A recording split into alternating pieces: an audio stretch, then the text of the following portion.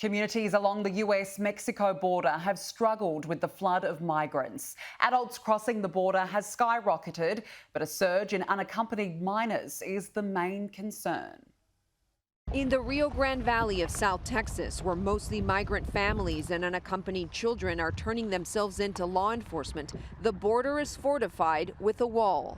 In Laredo, arrests of mostly adults smuggled in tractor trailers are up 120% this year compared to last year. Apprehensions at stash houses are up 400% during the same time period.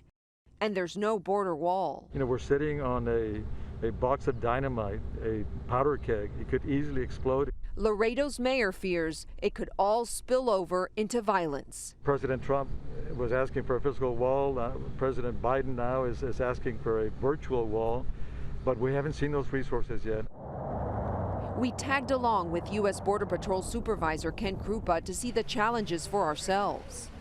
At 2:45 p.m., he's on the scene of a dismantled stash house in the middle of a neighborhood. Some occasions there's multiple locations on a single day.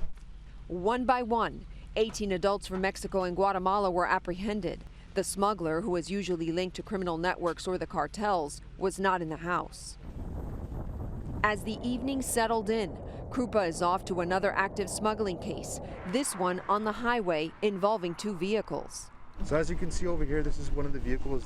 Allegedly smuggling at least 9 adults from Mexico, El Salvador, and Honduras. 4 were locked in the back of this SUV without a way out. The others. As soon as the vehicle stopped, the subjects attempted to flee on foot. But they didn't get away. Is this usual?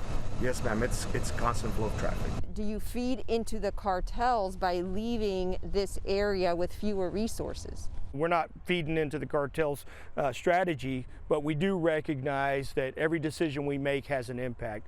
And so what we're going to try and do is ensure that as we start to see these threats flare up, that we move and transfer agents into the area to reinforce the already existing workforce.